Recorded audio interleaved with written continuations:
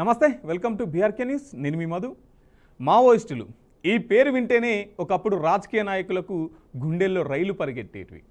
అన్యాయం పైన పోరును ప్రకటిస్తూ ఎందరో మావోయిస్టులుగా మారారు. ఎక్కడ అన్యాయం జరిగినా మేమున్నామని ప్రజలకు అన్నలు ధైర్యాన్ని కలిగించేవారు. గన్ చేతబట్టి ఆడ మగ తేడా లేకుండా ప్రజలకు ఏదో చేయాలనే లక్ష్యంతో అడవి చేరి నక్సల్స్ ఉద్యమాన్ని ప్రారంభించారు. అయితే అంతగా ప్రభావితం చేసినటువంటి మావోయిస్టులు వాళ్ళ ఉద్యమం ఇప్పుడు నీరుగారిపోయింది. కేంద్రం చేపట్టినటువంటి ఆపరేషన్ కగార్లో దాదాపు ఓడిపోయింది.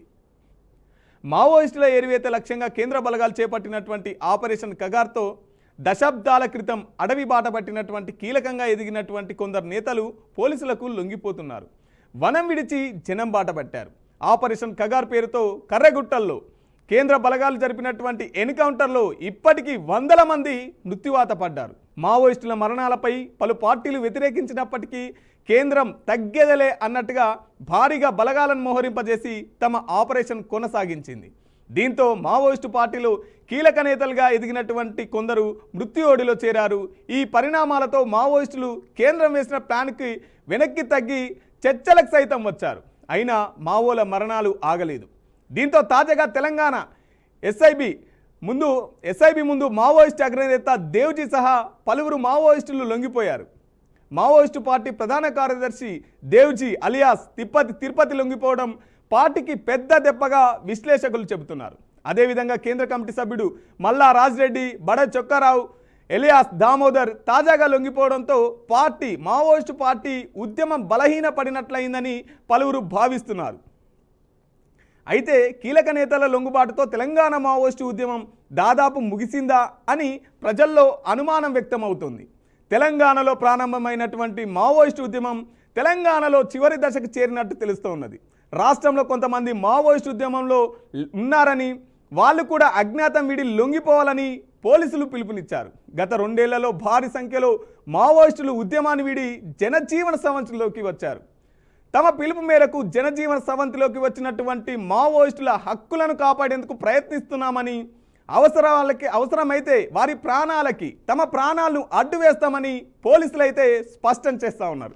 రైట్, మార్చ్ 31లోగా ఆపరేషన్ కగార్ పేరు మీద మావోయిస్టులను నిర్మూలిస్తాం, మావోయిస్టులు అనే పదాన్ని లేకుండా చేస్తాం, మావోయిస్టులను ఏరివేస్తామని ఆపరేషన్ కగార్ పేరుతో కేంద్ర ప్రభుత్వం చేపట్టినటువంటి ఏదైతే ఈ ఆపరేషన్ కగార్ ఉందో దాదాపు మార్చి 31 అంటే ఇంకా దగ్గరలోనే ఉంది. కాబట్టి ఈ పార్టీకి పెద్ద సెంట్రల్ కమిటీ నుంచి, జిల్లా కమిటీ నుంచి, రాష్ట్ర కమిటీ నుంచి అందరూ 50 సంవత్సరాలు, 40 సంవత్సరాలు, 30 సంవత్సరాలు కూడా దండకార్యంలో ఉన్నటువంటి వ్యక్తులు తమ పంతా మార్చుకొని తిరిగి జనజీవన స్రవంతిలోకి వస్తున్నటువంటి విషయం.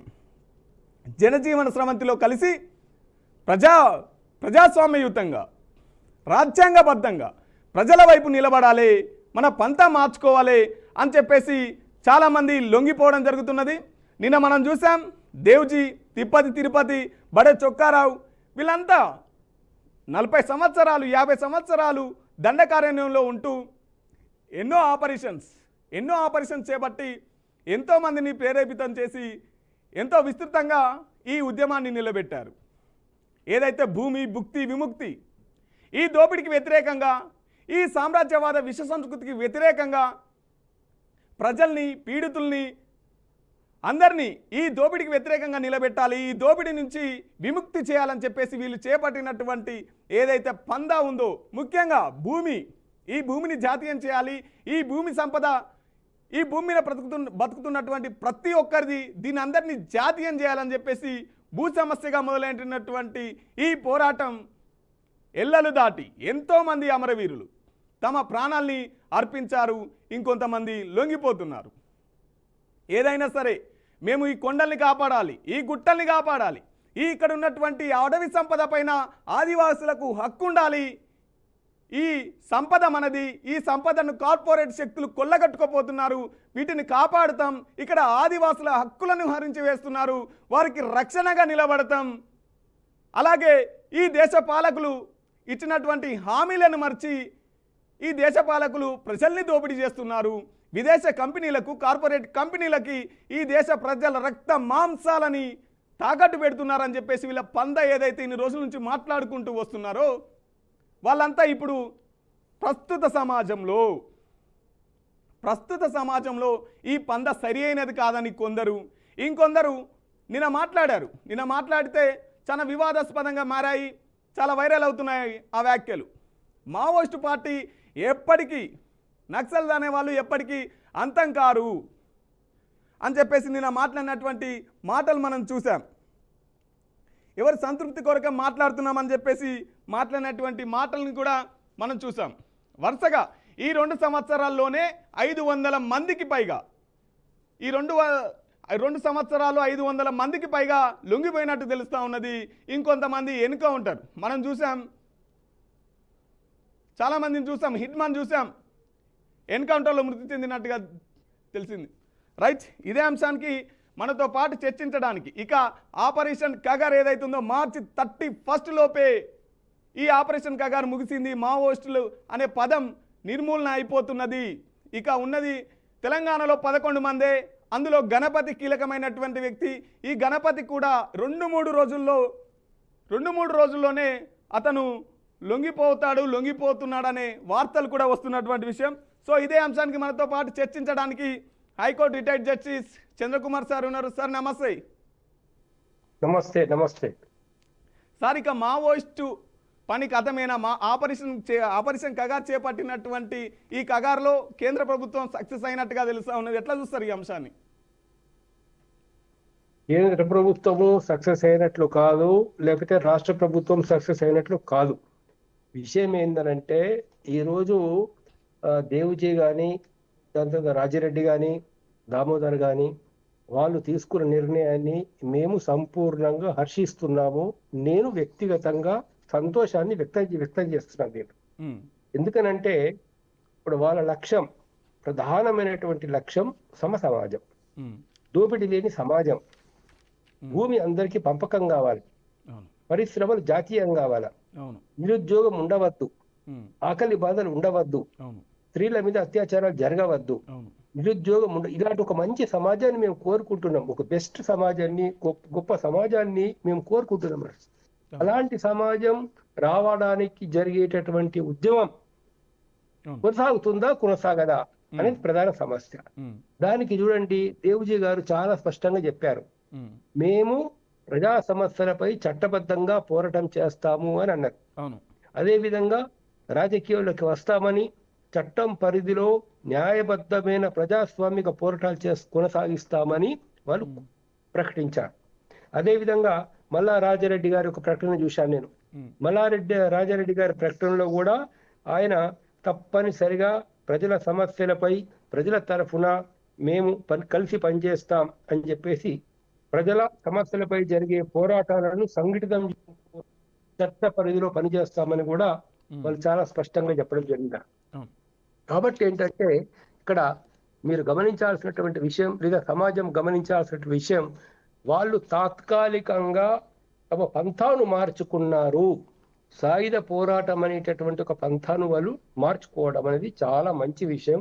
ఎందుకంటే వీళ్ళ పోరాట పద్ధతులు మార్చుకోవాలని, దాని తర్వాత ప్రజా సమస్యల మీద పనిచేయాలని చెప్పేసి గత సంవత్సరం నుంచి దాదాపు మేము శాంతి చర్చల కమిటీ ఏర్పాటు చేసినప్పటి నుంచి కూడా అటు వాళ్ళతో స్పష్టంగా మేము చెప్తా ఉన్నాం. అందుకే ఒక రకంగా చెప్పాలంటే మా అభిప్రాయాలను వాళ్ళు గౌరవించినట్లు, మా అభిప్రాయాలు గౌరవించి ప్రజల సమస్యల కోసం పనిచేయడానికి ముందుకు వస్తున్నట్లు మాకు చాలా సంతోషంగా ఉన్నారు. రెండో విషయం ఏదైతే ఉందో, ఈ దేశంలో పెద్ద ఎత్తున ఇటు కార్మిక వర్గాన్ని, రైతాంగాన్ని చైతన్యం చేయాల్సిన అవసరం ఉంది. కార్మిక వర్గం పాల్గొనకుండా ఏ విప్లవం కూడా విజయవంతం కాదు. మొత్తం రైతాంగం కూడా పాల్గొనకుండా ఏ విప్లవం కూడా విజయవంతం కాదు. కాబట్టి ఇలాంటి ఒక సోషలిస్ట్ సమాజం రావాలని కోరుకునే వాళ్ళందరూ కూడా కలిసి పనిచేయాల్సిన అవసరం ఉంది, పని చేస్తారు. ఉద్యమం అనేది ఇది ఒక గొప్ప లక్ష్యంతో ఉన్న ఉద్యమం కాబట్టి అది ఏ ఒక్కరో మేము దీన్ని అయిపోయింది, వీళ్ళ పని అయిపోయింది, మేము దీన్ని క్లోజ్ చేస్తున్నాము, మార్చి 31 తర్వాత అసలు మావోయిజం అనేది ఉండదు అనేటటువంటి అయితే వాళ్ళ కలలు అంటున్నారో అది సరైనటువంటిది కాదు. ఉద్యమం ఎటు పోదు, అదేవిధంగా ప్రజల కోసం పనిచేసే వాళ్ళు మరింత సరియైన పద్ధతుల్లో సరియైన విధంగా ఆలోచించి ఈ యొక్క ప్రజాస్వామ్య పద్ధతిలో ఏవైతే మార్పులు తీసుకురావాలో, ఎలాంటి ప్రజా ఉద్యమాలు నడపాలో అలాంటి ఉద్యమాలు నడపడానికి ముందుకు వస్తారని చెప్పేసి మేము భావిస్తున్నాము. అది చాలా సంతోషకరమైనటువంటి చాలా మంచి విషయం. ఇప్పుడు మారుతున్న పరిస్థితుల్లో ఇవాళ టెక్నాలజీ బాగా పెరిగిపోయింది, డ్రోన్లు వచ్చినాయి, అదేవిధంగా సైన్యాన్ని దించుతున్నారు పెద్ద ఎత్తున. మరి ఇవాళ వైమానిక దళాలను కూడా ఉపయోగిస్తున్నటువంటి పరిస్థితి. ఇలాంటి పరిస్థితుల్లో కొన్ని వందల మంది అడవిలో ఉన్నప్పటికీ కూడా, కొన్ని వేల మంది అడవిలో ఉన్నప్పటికీ కూడా వారు ఇప్పుడు ఈ ఇంత శాస్త్ర సాంకేతికంగా అభివృద్ధి చెందినటువంటి దశలో అడవిలో ఉండి పోరాటం చేయగలరా, చేసే పరిస్థితులు ఉన్నాయా? అదే కాక మొత్తం కార్మికులు చైతన్యవంతులైనారా, రైతాంగం చైతన్యవంతులైనారా, వాళ్ళు మార్పు కోసం సిద్ధపడుతున్నారా? ఏదైనా మార్పు తీసుకురావాలన్నా, ఉద్యమాలు చేయాలన్నా, పోరాటం చేయాలన్నా ప్రజలు చేయాల్సిందే. ఎవరో ఒకరిద్దరి తలుచుకుంటే లేదా కొద్ది మంది తలుచుకుంటే జరిగేది కాదు. అయితే దాదాపుగా అంతమైనట్టుగా తెలుస్తా ఉన్నది, దాదాపుగా కంప్లీట్ అయినట్టుగా తెలుస్తా ఉన్నది. అయినట్టే అనుకోవచ్చండి. అంటే కంప్లీట్ అయిందనంటే సాయుధ పోరాట పంతా ఏదైతే ఉందో దాన్ని వీళ్ళు మార్చుకున్నారు. ఇక్కడ కంప్లీట్ ఏం కంప్లీట్ అయింది? కంప్లీట్ అయిందనంటే ఇప్పుడు అది చాలా మంది అమరులయ్యారు, చాలా మంది చనిపోయారు, చాలా మంది లొంగిపోయారు, చాలా మంది సరెండర్ అయ్యారు. ఓకే, కానీ ఏదైతే ఇప్పుడు దేశంలో నిరుద్యోగం ఉన్నంత కాలం, దేశంలో ఆకలి బాధలు ఉన్నంత కాలం, దేశంలో రైతులందరూ కూడా అనేక ఇబ్బందులు పడుతున్నారు, అనేక కష్టాలు పడుతున్నారు. ఈ ప్రజా సమస్యలు, ప్రజా ఉద్యమాలు కొనసాగుతాయి, శాంతియుత పద్ధతుల్లో కొనసాగుతాయి, అదేవిధంగా ప్రజాస్వామ్య పద్ధతిలో కొనసాగుతాయి. అలా కొనసాగడానికి మేమందరం కూడా ముందుకు వస్తామని చెప్పేసి దేవుజీ చెప్తున్నారు, మల్లారెడ్డి గారు చెప్తున్నారు, దామోదర్ చెప్తున్నారు, అందరు చెప్తున్నారు. కాబట్టి వాళ్ళ నిర్ణయాన్ని మేము హర్షిస్తున్నాం. కాబట్టి వాళ్ళు అమిత్ షా గారు కోరుకున్నట్లు లేకపోతే ఇంకెవరో అనుకున్నట్లు ఇది మొత్తం క్లోజ్ అయిపోతుంది, ఉద్యమం క్లోజ్ అయిపోతుంది, సమస్యలు క్లోజ్ అయిపోతున్నాయి అని అంటే ఏముంది? అసలు ఈ నాయకత్వం చేసింది ఏంటిది? దేశంలో ఎంత ఉంది, ఎంత బ్లాక్ మనీ ఉందని చెప్పారు. 80 లక్షల కోట్ల బ్లాక్ మనీ ఉందని చెప్పేసి బోగస్ మాటలు చెప్పారు. అధికారంలోకి వచ్చిన తర్వాత బ్లాక్ మనీ బయటకు తీసుకొస్తానని చెప్పాడు. ఏమైనా బ్లాక్ మనీ బయటకు వచ్చిందా? రైట్ సార్, మనతో పాటు పొలిటికల్ అనలిస్ట్ పుల్లారావు గారు కూడా ఉన్నారు. పుల్లారావు గారు, కల్తీ వ్యాపారం తగ్గిందా? కల్తీ వ్యాపారం తగ్గిందా? దొంగ వ్యాపారం తగ్గిందా? గాలిలో ఏదైతే ఉందో కాలుష్యం తగ్గిందా? నీటిలో కాలుష్యం తగ్గిందా? మొత్తం అవినీతి ఇవాళ అమెరికాకు లొంగిపోయి ఇవాళ అమెరికాకి ఏతుందో సరెండర్ అయిపోయి టోటల్ గా మన రైతాంగ ప్రయోజనాలను మొత్తం దెబ్బతీస్తున్నారు. రేపుతున్నారు. పత్తి రైతుల పరిస్థితి ఏమవుతుంది చూడండి. ఇవాళ అమెరికా నుంచి పత్తి అయితే మనం దిగుమతి చేసుకోవచ్చు, దాని మీద సుంకం ఉండదు. మనం దిగుమతి చేసే సుంకం ఉంటుంది అందులో. రైట్, ఒక్క నిమిషం అండి. మనతో పాటు పొలిటికల్ అనలిస్ట్ పుల్లారావు గారు కూడా ఉన్నారు. పుల్లారావు గారు, ఎట్లా చూస్తారు ఆపరేషన్ కగార్? నిన్న లొంగిపోయినటువంటి దేవుజీ సైతం పెద్ద పెద్ద నాయకులు 40 సంవత్సరాల నుండి కూడా ఈరోజు జనజీవన స్రవంతిలో కలిసిపోతున్నారు. ప్రజా సమస్యలు ఎట్లా పరిష్కరిస్తారో చెప్పమనండి. ప్రజల సమస్యలు ఎట్లా పరిష్కరిస్తారో చెప్పండి. రైతులకు ఎట్లా న్యాయం చేస్తారో చెప్పమనండి. ఇవాళ నిరుద్యోగం ఎట్లా పరిష్కరిస్తారో చెప్పమనండి. బ్లాక్ మనీ ఎట్లా బయటకు తీసుకొస్తారో చెప్పమనండి. అవినీతిని ఎట్లా అంతం చేస్తారో చెప్పమనండి. సార్ చంద్రకుమార్ సార్, ఒక్క నిమిషం అండి. పుల్లారావు గారు మనతో ఉన్నారు. పుల్లారావు గారు చెప్పండి. అదే ఇది క్లుప్తంగా సమ్మరైజ్ చేయలేను నా వ్యూస్ అంతా. బేసిక్ థింగ్ ఏమిటంటే మూవ్మెంట్ 60 సంవత్సరాలు, 1965 నుంచి దాదాపు 60 సంవత్సరాలు మళ్ళీ చిన్న సమయం కాదు, చాలా లాంగ్ టైం. 4 తరాలు మళ్ళీ రీసెంట్గా ఇతర దేశాల్లో చూస్తే ఇలాంటి మూవ్మెంట్స్ 20 సంవత్సరాలు 10 సంవత్సరాల తర్వాత కంటిన్యూ అవటం కష్టం. సో పెక్యూలియర్ సర్కమ్స్టాన్సెస్ భారతదేశంలో ఉండటం, ఆ జోగ్రఫీ, దండకారణ్యం అనుకోండి, ఏరియాస్ అంతా ఛత్తీస్గఢ్, బీహార్, జార్ఖండ్, ఒరిస్సా, ఆంధ్రప్రదేశ్, మధ్యప్రదేశ్ అన్ని ఒక ఏరియాలో లింక్ చేసి ఆపరేట్ చేశారు. అంతా జరిగింది. కొంతవరకు వాళ్ళు చేసింది చాలా వైలెంట్ పని అయినా మంచి మార్పు వచ్చింది. అందరూ అర్థం చేసుకోవాలని అనుకుంటున్నా. సమాజం చాలా ముందరికి వెళ్ళింది. ఈ దేశం ఈ 70 సంవత్సరాల్లో స్వతంత్రం వచ్చాక చాలా ముందరికి వెళ్ళింది, చాలా ఫార్వర్డ్ అవ్వింది, చాలా ప్రోగ్రెసివ్ అవ్వింది. కొత్త అవసరాలు వస్తాయి, కొత్త అవసరాలు తీర్చే వాళ్ళు కావాలి. అది వేరే ఫ్యూచర్. ప్రస్తుతం ఏంటంటే వారు కూడా చూసుకున్నది ఈ ఫోర్స్ ఎక్కువ అయిపోయింది, తర్వాత టెక్నాలజీ వచ్చింది, ప్రజలు కూడా మారిపోతారు. ఎవరైతే మీరు సాయం చేశారో వాళ్ళు పైకి వచ్చారో వాళ్ళు మళ్ళీ మీతో ఉండరు. మూమెంట్స్తో వచ్చింది అది. ఇప్పుడు కమ్యూనిస్ట్ పార్టీ ఉన్నది, మీకు భూమి ఇప్పించామంటారు, కరెక్ట్. ఆ భూమి వచ్చిన వాళ్ళు మళ్ళీ వాళ్ళు చేయరు అక్కడ. లేకపోతే మార్క్సిస్ట్ పార్టీ, కమ్యూనిస్ట్ పార్టీ బెంగాల్లో ఏమైంది? సో మార్పు అనేది వస్తుంది. 60 సంవత్సరాలు సస్టైన్ అవ్వరు చిన్న విషయం కాదు, చాలా లాంగ్ విషయం. చాలా కేర్ఫుల్గా ఇన్ని సంవత్సరాలు వాళ్ళు సర్వైవ్ అవ్వారు, ఒక ఇంపాక్ట్ తీసుకొచ్చారు. అన్ని మూవ్మెంట్స్కి సమయం ఉంటుందా? నా వ్యూ ఏమిటంటే అన్ని మూవ్మెంట్స్కి రకంగా ఎండ్ వస్తుంది. 1947 వచ్చేది మావిజం చైనాలో ఇవాళ ఉన్నదా? లేదు కదా. అది 89కి పూర్తిగా మారిపోయి ఒక రకమైన క్యాపిటలిజం, కంట్రోల్ క్యాపిటలిజం వచ్చింది చైనాలో. అలాగే మీరు సౌత్ అమెరికా ఎక్కడైనా వేరే వేరే వేరే మూవ్మెంట్స్, టుపమారోస్, వెన్సెరమోస్, శాండినిస్టాస్, ఇవన్నీ 10 సంవత్సరాలు 20 సంవత్సరాలు నికరాగోవాలో శాండినిస్టా మూవ్మెంట్ అని పెట్టారు, అతను డిక్టేటర్. సో మార్పు వస్తుంది. ఓకే ఇవాళ క్యూబాలో గవర్నమెంట్ ఫామ్ చేశారు, అది ఇలా అయిపోతుంది అంటున్నారు. టైం వచ్చింది. 60 సంవత్సరాలు సస్టైన్ అవ్వారు, చిన్న విషయం కాదు, చాలా పెద్ద సక్సెస్. వాళ్ళ లీడర్షిప్కి, వాళ్ళ ఇంటెలిజెన్స్కి ఉప్పులు. వాళ్ళు బయటకు వచ్చారు. ఈ ప్రజాస్వామ్యంలో వాళ్ళు ముందరకు రావాలి. వాళ్ళు ఇక్కడ ఈ రూల్స్ ఆఫ్ ద గేమ్ డిఫరెంటా? ఈ రూల్స్ ఆఫ్ ద గేమ్తో ఆడాలి, ప్రజల సమస్యలు తీసుకెళ్ళాలి. తప్పకుండా స్థలం ఉన్నది, స్పేస్ ఉన్నది.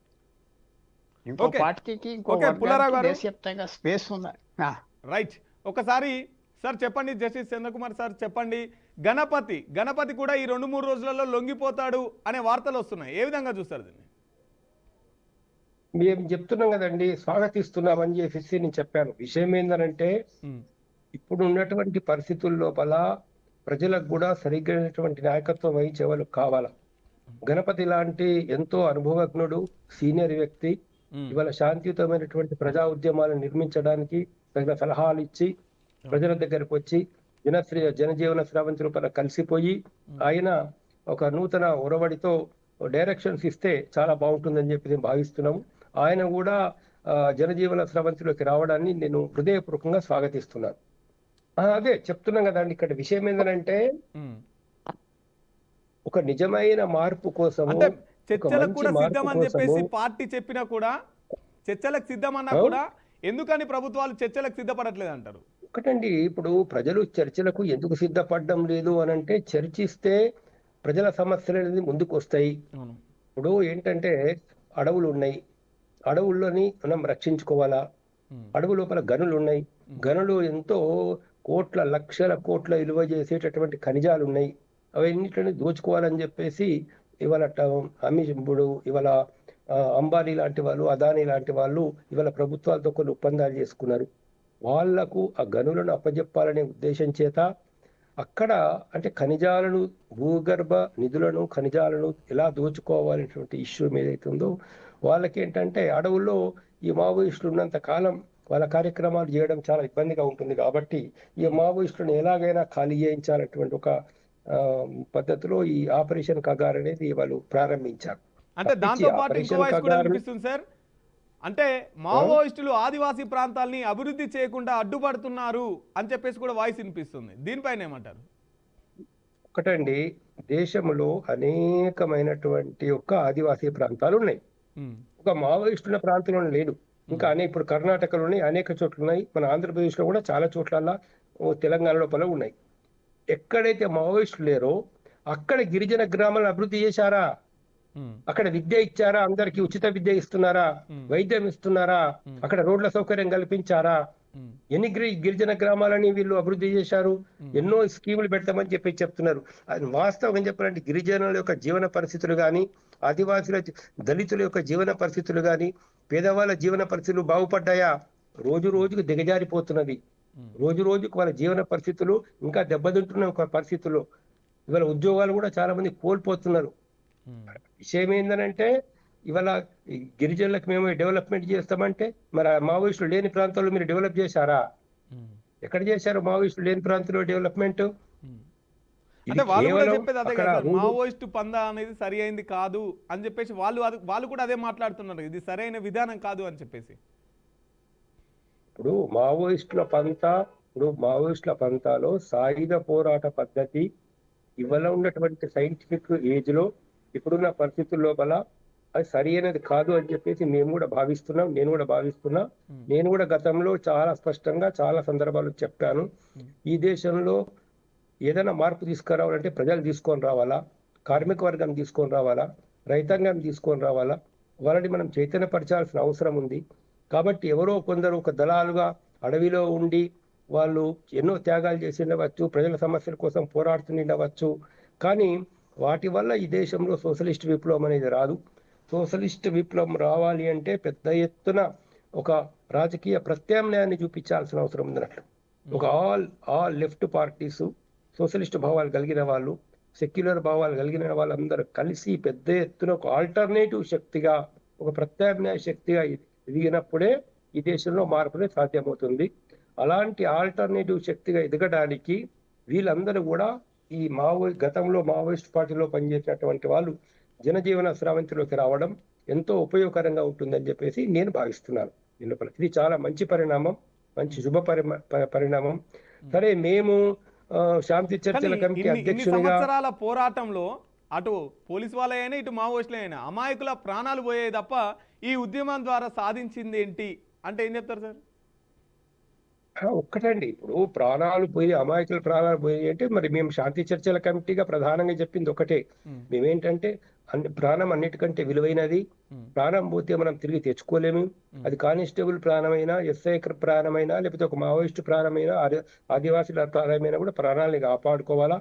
అందుకే కేంద్ర ప్రభుత్వం చర్చలు జరపాలని చెప్పేసి మేము డిమాండ్ చేశాము. కానీ ఏంటంటే ఇవాళ కేంద్ర ప్రభుత్వం మనుషుల ప్రాణాలకి విలువ ఇవ్వలేదు. అదేవిధంగా కేంద్ర ప్రభుత్వం ఒక మానవత్వ విలువలకు కూడా, అంటే హ్యూమన్ రైట్స్ కు, మానవ హక్కులకు కూడా విలువ ఇవ్వలేదు. ఎక్కడో అడవిలో ఉండి వాళ్ళు మేము ఎవరి మీద కాల్పులు జరపము, ఎవరిని చంపము, మేము ఆయుధాలు పక్కన పెడుతున్నాము, చర్చలు చేస్తాము అని చెప్పేసి చెప్తే అలాంటి వాళ్ళని న్యాయంగా ఏం చేయాలి? చర్చలకు పిలిచి వాళ్ళ సమస్యలు ఏంటో తెలుసుకొని వాళ్ళకి రాజకీయంగా అవుతుందో వాళ్ళందరినీ కూడా జనజీవన స్రవంతిలోకి జరపాలని ప్రయత్నం చేయాలి. కానీ మళ్ళీ పోలీసు బలగాలను పంపించి వాళ్ళ చుట్టుముట్టి సరెండర్ చేసి ఇవాళ ఇంతకుముందు కేశవరావు లాంటి వాళ్ళని చంపడం, ఇది చాలా దుర్మార్గమైనటువంటి విషయం అన్నట్టు. మా దృష్టిలో అవుతుందో ఇది చాలా దుర్మార్గమైనటువంటి ఒక చర్య. అంటే వాళ్ళు ఎక్కడో గుట్టల్లో, కొండల్లో, గుహల్లో ఉంటే వాళ్ళని చుట్టుముట్టి చంపడం అనేటటువంటిది అది మానవ హక్కుల్ని భంగం కలిగించినట్లే.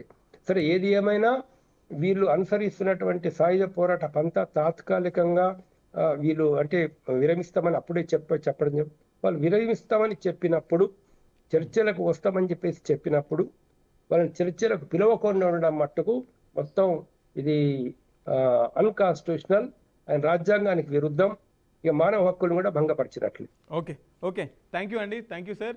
రైట్, చూసాం కదా మావోయిస్టులు ఏరైతున్నారో మావోయిస్టులు ఖచ్చితంగా మీరు జనజీవన స్రవంతిలో కలిసిపోవడాన్ని యావత్ సమాజం అంతా హర్షం వ్యక్తం చేస్తూ ఉన్నది, అందరు స్వాగతిస్తూ ఉన్నారు.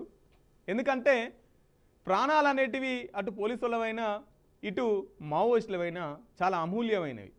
హింసతో ఏది రాదు. ఏదైనా ఉంటే ప్రజాస్వామ్యబద్ధంగా రాజ్యాంగబద్ధంగా కొట్లాడదాం, మీకు యావత్తు సమాజం అంతా అండగా ఉంటుంది అని చెప్పేసి టోటల్ సమాజం అంతా కోరుకుంటున్నటువంటి పరిస్థితి.